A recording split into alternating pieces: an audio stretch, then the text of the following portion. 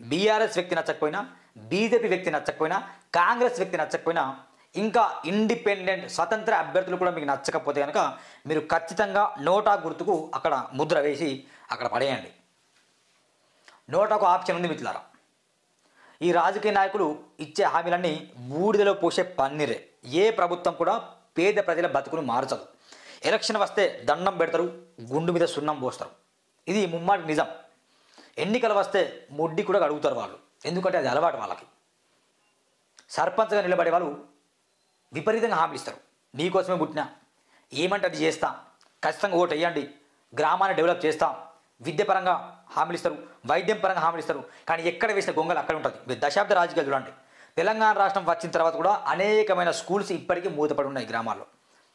ఇప్పటికీ అంబులెన్స్ వెళ్ళని గ్రామాలు ఉన్నాయి, బస్సులు రాని గ్రామాలు ఉన్నాయి, రోడ్డు వ్యవస్థ సరిగలేని గ్రామాలు ఉన్నాయి. మరి సర్పంచ్లు ఏం చేస్తాను? ఏం చేస్తాను మీరు చెప్పండి. గుండెల మీద ప్రమాణం చెప్పండి, మీరు ఏం చేస్తారు?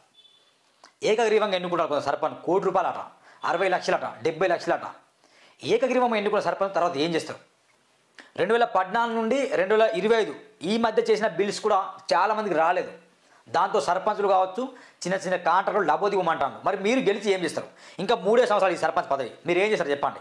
ఏం అవసరం లేదండి. గ్రామానికి ఒక మంచి విద్య ఉండాలి, గ్రామానికి ఒక మంచి వైద్యం అందాలి. ఉంటుందా?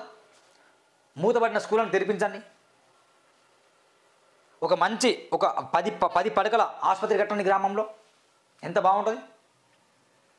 అన్ని కాలనీలో సీసీ రోడ్లు వేయించండి. ఈ డిమాండ్ చేయండి మిత్రులారా.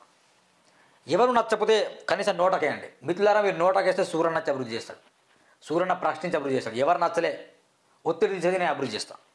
కాబట్టి ఖచ్చితంగా నోటా కూడా ఉంది మిత్రులారా. ఈ నోటా కూడా ఎలక్షన్ కమిషన్ వట్టిగా పెట్టట్లే, దానికి ఒక వాల్యూ ఉంది అనుకోవచ్చు. నోటాకేస్తే యూజ్ లేదు, కానీ వాళ్ళకేసినా కూడా యూజ్ లేదు. కాబట్టి నోటాకి వేయండి మీరు. ఎవరు నచ్చలేని చెప్పండి. ఈ స్వతంత్ర భారతదేశంలో, ఈ గణతంత్ర భారతదేశంలో పేదవాళ్ళు పేదలుగా ఉంటారు, ధనవంతులు అవుతారు. రైతులకు న్యాయం జరగట్లేదు, కార్మికులకు న్యాయం జరగట్లేదు, రైతు కూలీలకు న్యాయం జరగట్లేదు, సగటు మహిళలకు న్యాయం జరగట్లేదు, విద్యార్థులకు న్యాయం జరగట్లేదు, ఉద్యోగులకు న్యాయం జరగట్లేదు, నిరుద్యోగులకు న్యాయం జరగట్లేదు. ఖచ్చితంగా నోటాకేస్తాం. వీళ్ళు ఎవ్వరు మాకు అవసరం లేదని వాళ్ళందరినీ పక్కన పడేసి నోటాకు ఓటేయండి. నిజంగా దేశంలో మార్పు వస్తుంది. మస్తు మిత్రులారా, మీరు అనుకోవచ్చు నోటాకేసిన ఎవడో ఒకటి గెలుస్తా అనుకోవచ్చు.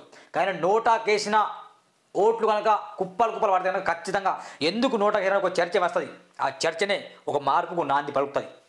కాబట్టి సర్పంచ్ ఎన్నికల్లో ఇంత ప్రచారం చేస్తారు బీజేపీ వాళ్ళు, బీఆర్ఎస్ వాళ్ళు, కాంగ్రెస్ వాళ్ళు. తీరా డబ్బులు కట్టలు 10 లక్షలు ఖర్చు పెడతారు గ్రామంలో, 20 లక్షలు ఖర్చు పెడతారు గ్రామాల్లో. తాగిపిస్తారు, తినిపిస్తారు, బిర్యానీలు, మేకల్ని కోస్తారు, కోళ్ళని కోస్తారు, ఇట్లా ఇస్తారు వాళ్ళు.